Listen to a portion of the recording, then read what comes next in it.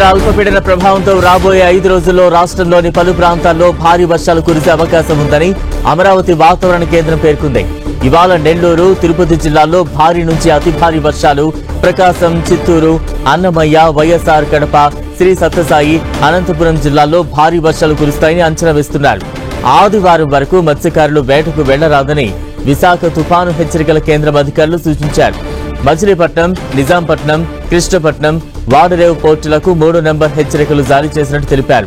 మరోవైపు అరేబియా సముద్రంలో ఓ వాయుగుండం కొనసాగుతోంది. ఈ నేపథ్యంలో ఏపీతో పాటు గుజరాత్, మహారాష్ట్ర, గోవా, కర్ణాటక, కేరళ, తమిళనాడు, పశ్చిమ బెంగాల్, ఒడిశా రాష్ట్రాల ప్రభుత్వాలను ఐఎండీ అప్రమత్తం చేసింది. మరోవైపు బంగాళాఖాతంలో ఇవాళ ఒక అల్పపీడనం, 25 నుంచి 28 మధ్యలో మరో 2 అల్పపీడనాలు ఏర్పడే అవకాశం ఉందని అంచనా వేస్తూ ఉన్నారు. బంగాళాఖాతంలో కొనసాగుతున్న తీవ్ర అల్పపీడన ప్రభావంతో రాష్ట్రంలోని పలు ప్రాంతాల్లో భారీ నుంచి అతి భారీ వర్షాలు కురుస్తున్నాయి. వర్షాల ప్రభావంతో రోడ్లు జలమయమయ్యాయి. వాగులు, వంకలు పొంగి పొర్లుతున్నాయి. అత్యధికంగా తిరుపతి జిల్లా శ్రీకాళహస్తిలో 19 సెంటీమీటర్ల వర్షపాతం నమోదైంది.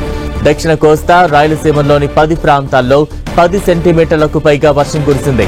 అలాగే నెల్లూరు, కృష్ణా, గుంటూరు, ప్రకాశం, తిరుపతి, కోనసీమ, వైఎస్ఆర్ కడప జిల్లాల్లో ఓ మోస్తరు నుంచి భారీ వర్షాలు కురిశాయి.